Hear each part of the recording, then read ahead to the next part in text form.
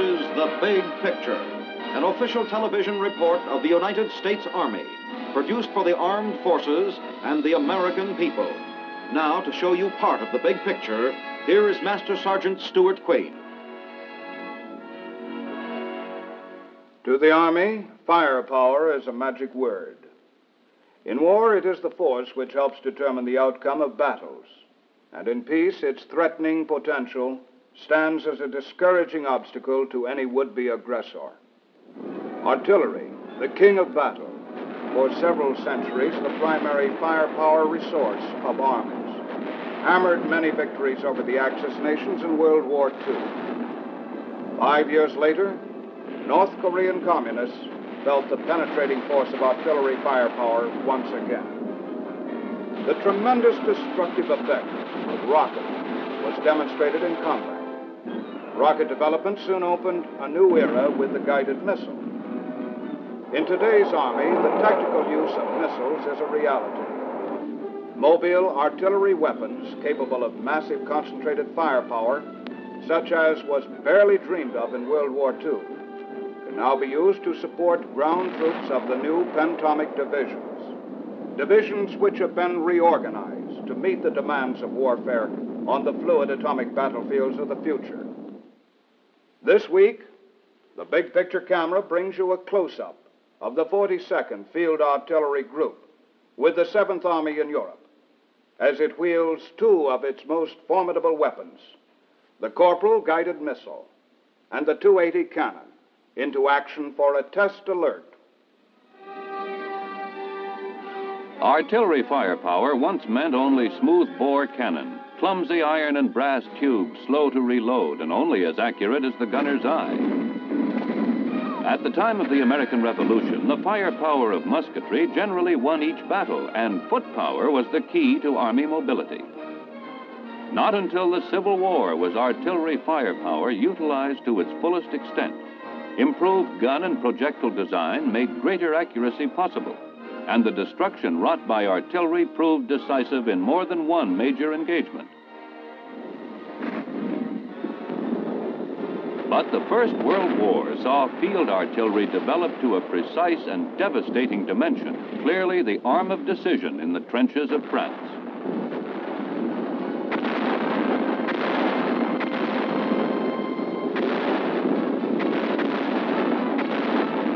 Firepower could be more efficiently directed by telephone, and the giant field guns of both armies churned up the soil of Europe for 4 long years.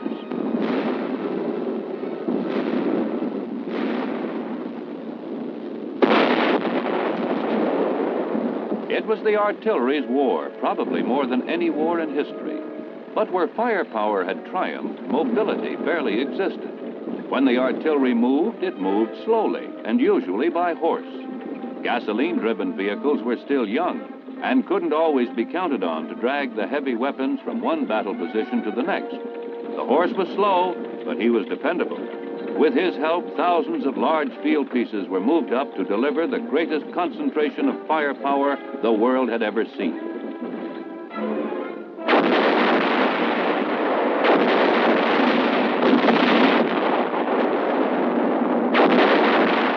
Mobility characterized warfare in World War II, and self-propelled howitzers gave artillery the speed and movement it needed to increase its effectiveness. Evidence of this effectiveness was everywhere as the Axis nations crumbled in defeat. 5 years later in Korea, firepower was needed once again to neutralize enemy resistance. Hampered by the rugged, mountainous terrain, United Nations forces frequently found that carefully controlled artillery firepower was a vital preliminary to any infantry attack.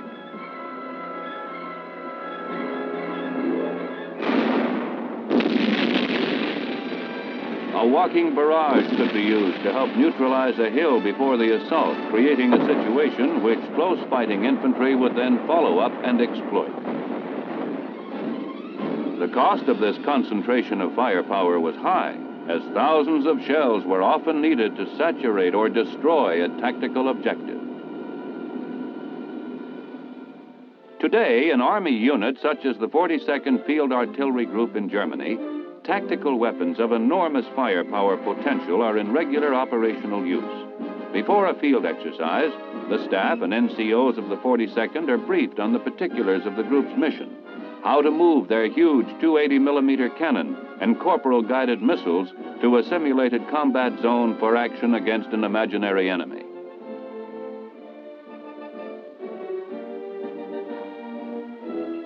Perhaps the big picture camera can interrupt the 42nd's commanding officer for just one moment. Colonel Blair. May we ask you some questions, sir? Yes, certainly. Will you tell us what this briefing is all about? Yes.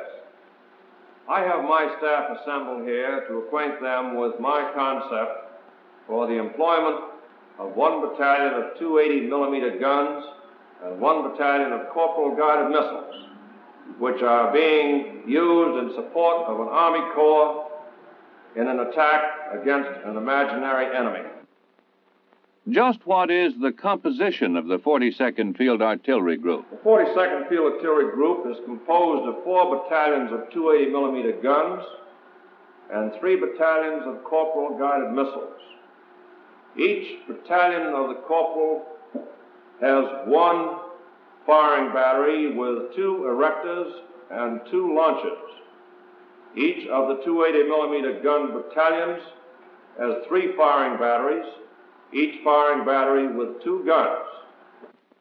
Without revealing anything confidential, could you give us some more facts on these weapons, Colonel?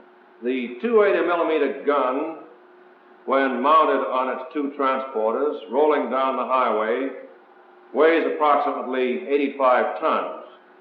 But in spite of this ponderous weight, it is amazingly agile and extremely maneuverable, as has been proven many times since the guns have been over here in Germany. They have been employed on maneuvers and field training exercises throughout Germany. As an example, just last week, one of our battalions just returned from an 800-mile round trip to our large firing range in the extreme eastern portion of the West German zone. Likewise, the Corporal missile battalions have been used on many maneuvers and field exercises and are equally maneuverable. These weapons are here today, ready for battle. Today, tomorrow, next month, or any time in the future. Thank you very much, sir.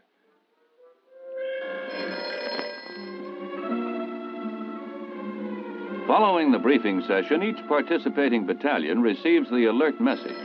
From this moment, every man is expected to carry out his duties as if the test alert were an actual combat situation.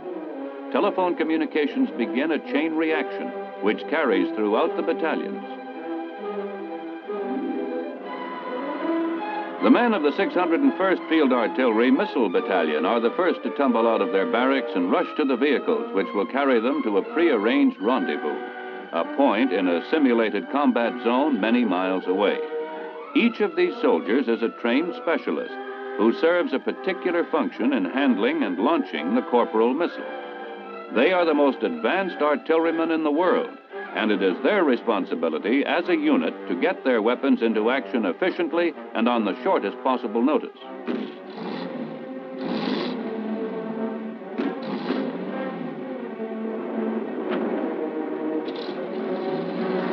All battalion vehicles are gassed and oiled and kept in readiness for a real emergency, which is only simulated in this exercise.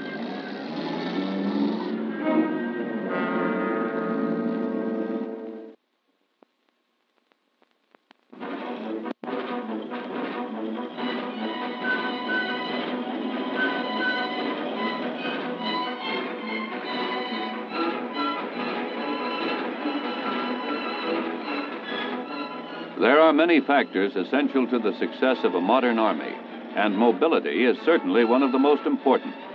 Gone are the days when weapons were restricted by the shortcomings of the equipment which moved them. An entire Corporal missile battery can be transported by fast, maneuverable vehicles. Like the huge skeletal erectors which lift the missile hydraulically and stand it upright in firing position. The Corporal itself is hauled in its giant steel tube aboard a 40-foot trailer truck.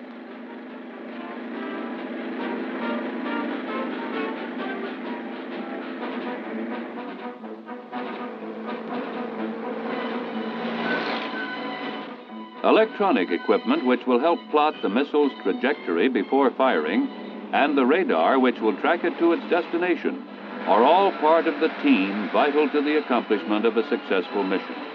Even though these huge weapons are designed to be fired from many miles behind the actual battle lines, they must be mobile.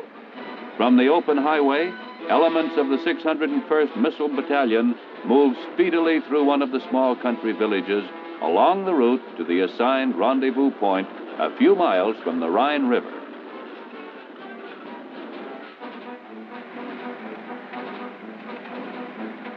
Because of its conspicuous size, the Corporal convoy uses a small clearing in the German forest for its firing position.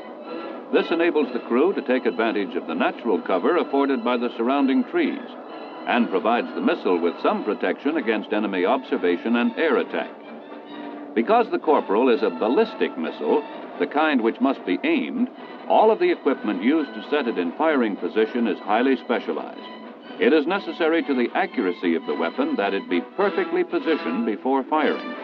Resembling more a gigantic length of stovepipe than the last word in artillery weapons, the missile can be quickly unloaded and set up.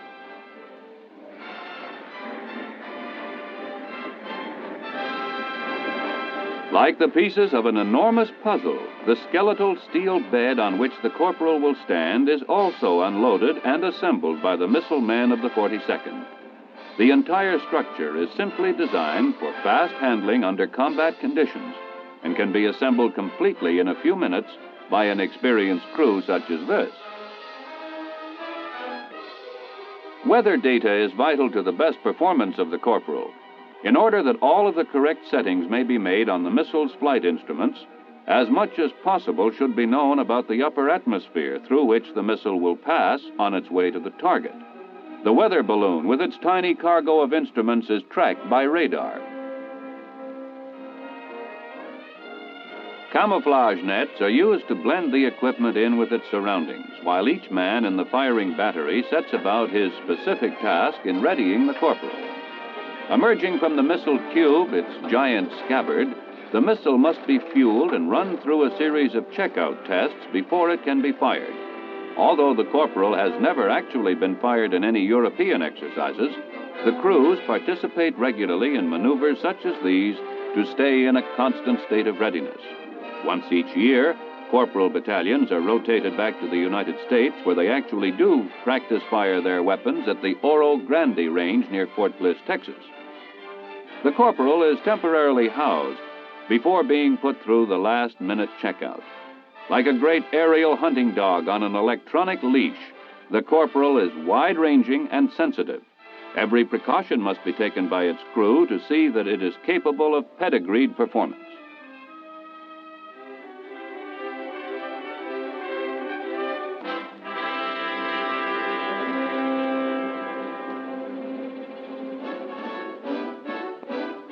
Companion weapon to the Corporal in the 42nd Field Artillery Group, the 280mm cannon is the largest field piece in the Army.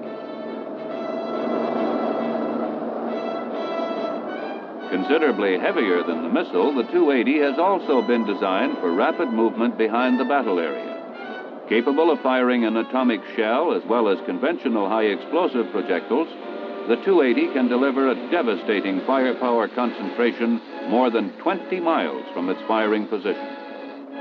Because of its weight and length, it is steered separately from tandem cabs at the front and rear. Telephones link the drivers. Brakes and throttle on the 85-ton unit are controlled by the lead driver. There are a dozen cannon batteries in the 42nd Field Artillery Group, and each of them regularly takes part in field and firing exercises. These monster guns can be emplaced and put into action quicker than any other heavy artillery piece now in use. With precision and skill, the GI drivers handle their 84-foot responsibility as if it were no larger than a milk truck as they park on the banks of the Rhine. With the help of a French manned landing barge, the artillerymen are able to move their piece across one of the world's most formidable rivers. A Rhine crossing was planned for some of the 42nd's batteries in order that the crews might broaden their experience in handling a ticklish logistics problem with the gigantic cannon and its attendant vehicles and equipment.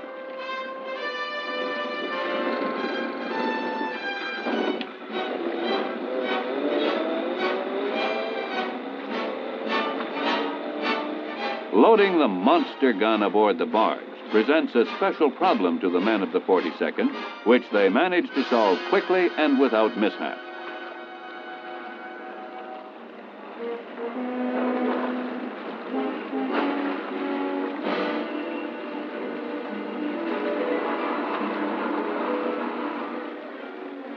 In the history of military movement, the Rhine has figured as an asset and an obstacle. For Germany, the Rhine has long been a natural defensive barrier, one fiercely defended in 2 world wars. To an attacking army, the river is an imposing obstacle across which troops under fire could move only with the greatest hazard and difficulty. As they cross the river slowly with their burden securely in place, the French crew takes over temporarily, allowing the soldiers of the 42nd a moment's respite from their fast-paced day. Because their Rhine crossing is only an exercise, they have an opportunity to share with the armies of history a military experience under ideal conditions. In an actual combat situation, the cannon would be moved and fired, then quickly moved and fired again in order to keep the enemy from locating its position. Navigating these highways is no trick for soldiers who are trained to drive the 280 rig over all kinds of roads under almost any conditions.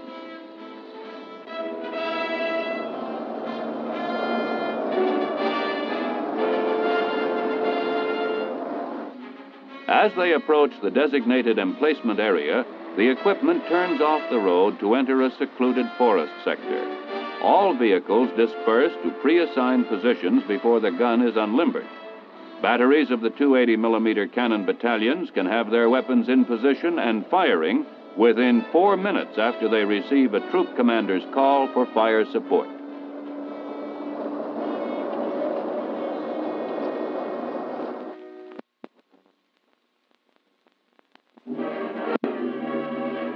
The men of the 280mm cannon crew work quickly to unload their vehicles and camouflage their weapon before it can be spotted by the enemy. The 280's size makes it a vulnerable target for the searching fingers of enemy artillery, missiles, or aircraft. And the destructive threat it poses to that enemy makes it one an aggressor force would try to locate and destroy quickly. Effective camouflage is an art every artilleryman learns early, because cover is a valuable defensive asset on the battlefield.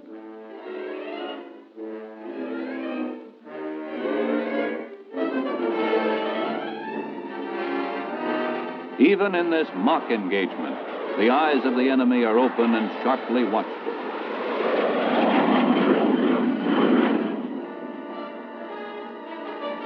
Those jets didn't materialize out of thin air. Planes need a forward base, and that base is now one of the tactical targets of the 42nd. The aggressor's eyes must be destroyed before the gun position is spotted and the gun itself attacked. The best guess is that the enemy base lies somewhere north and east of the river. If the range of the 280 can't handle the problem, the Corporal battery certainly will. Deeper in the forest, another cannon from the 264th Field Artillery Battalion is already in firing position. The crew has not yet attempted to camouflage their weapon, but has taken advantage of what natural cover the trees provide. If a battery in combat had orders, as this one has, to proceed to its position and prepare to fire immediately, the 7-man gun crew might not have the time to camouflage their emplacement. Sergeant, may we interrupt you for a few questions? Well, certainly. Go ahead and take a break, man. What is your crew doing at this moment? We're preparing the gun for firing. We're checking our recoil systems, our bore sighting on the gun, cross level, and various things to get ready for firing. What is bore sighting? Bore sighting is when you line the axis of your tube with the crosshairs on your panoramic sight. How long have you been in the artillery? Approximately 6 years. How long have you been working with the 280 millimeter gun, Sergeant? 5 years. How do you compare the 280 cannon with other artillery weapons as far as accuracy is concerned? I'd say it was one of those accurate pieces of equipment I've worked on. What's the exact range of the 280? The exact range is classified, but it is approximately 20 miles. Thank you, Sergeant, for taking time out to answer our questions for the Big Picture audience. On another gun, not far distant, the crew is nearly ready to fire. The process of preparing a 280 millimeter cannon for firing is elaborate and painstaking. Even though standard high-explosive projectiles are the only type used in these exercises, they must be handled much the same as an atomic warhead with great care and precision. The cannon requires the concentrated attentions of the entire crew, each man a trained technician. Although the weapons in the field artillery are as scientifically precise as any which exists, artillerymen themselves will always consider their specialty a fine art.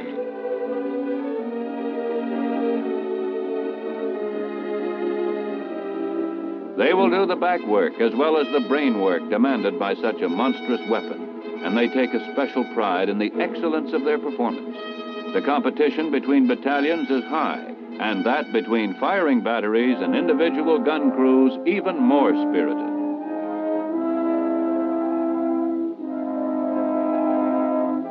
There is the last-minute touch, the final delicate adjustment before a cannon is ready and the order is given to fire.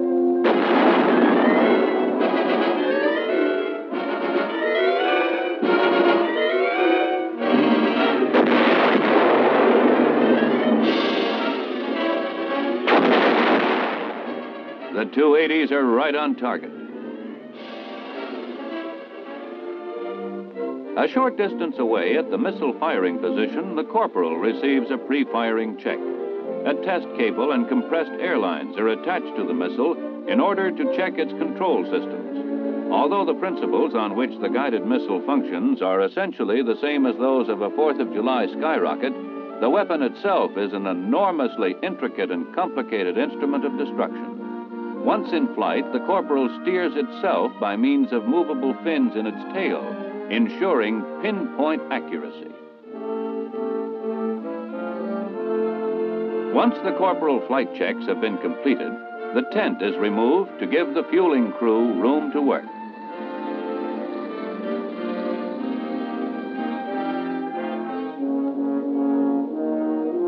Fueling is a hazardous and complicated operation, and the artillerymen truly look as if they belong among the spacemen of the future in their strange protective clothing.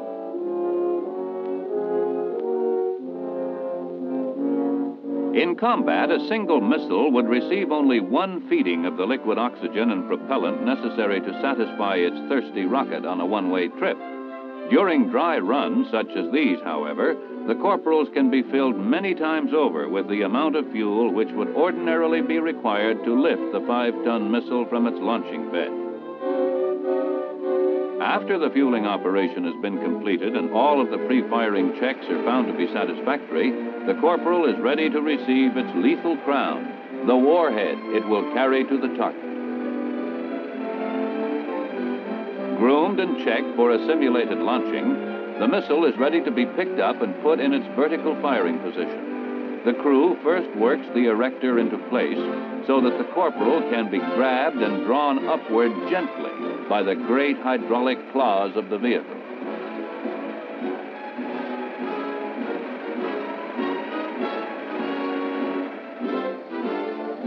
While the firing battery prepares the missile, other pieces of equipment, such as the radar which will track its flight path, are already in action. Upright, the corporal stands as high as a 3-story building. The crew members of this particular missile battery are almost ready to go, now that their weapon is securely in place on its portable platform. Perhaps the big picture camera can interrupt them long enough to ask a few questions. Sergeant, what is your job on this crew? I'm the launcher section chief. What are the major duties you perform? To see that the launcher is properly in place, leveled, The missile is then brought to the launcher, released from the erector. The missile is then leveled, and we continue with our on-launcher servicing. What was the crew doing when we interrupted you? We were re-leveling the launcher. Why is that necessary, Sergeant? This makes for the missile being in the proper vertical position after releasing by the erector. How long have you been in the Army, Sergeant? Will be 15 years next month. Has most of your time been in guided missiles? No, it has not. I've been in it since January of 1955. Thank you, Sergeant, for taking a moment out of your work to talk with us. Among the tall trees of the forest, the corporal stands nearly invisible. Last-minute adjustments are made as the missile crew prepares for a simulated firing. Buried under a deceptive cobweb of camouflage netting, one of the vans, which carries the complicated electronic equipment controlling the missile, is alive with split-second activity. Preset figures which will help determine the flight path and the point of impact of the corporal are fed into the missile system before firing.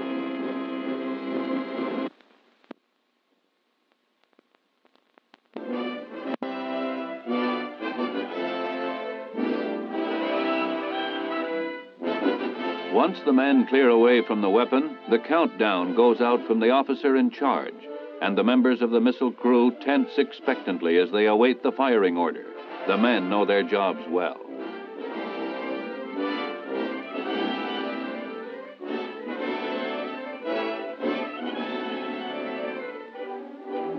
Every movement is a duplicate of the real thing until the instant of firing. For the actual firing of the corporal, the missile men must wait until their next live exercise at the Oro Grande range back home. There, at the press of a button, the corporal is fired.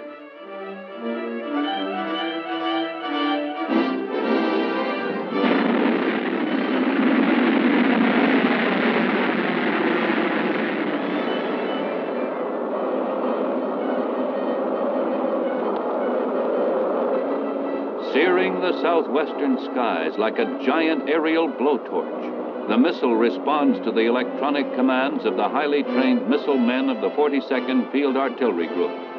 The corporal may travel 50 miles above the earth before it turns and plunges down upon its target, delivering a devastating punch from space, a concept of the future in your Army's artillery today.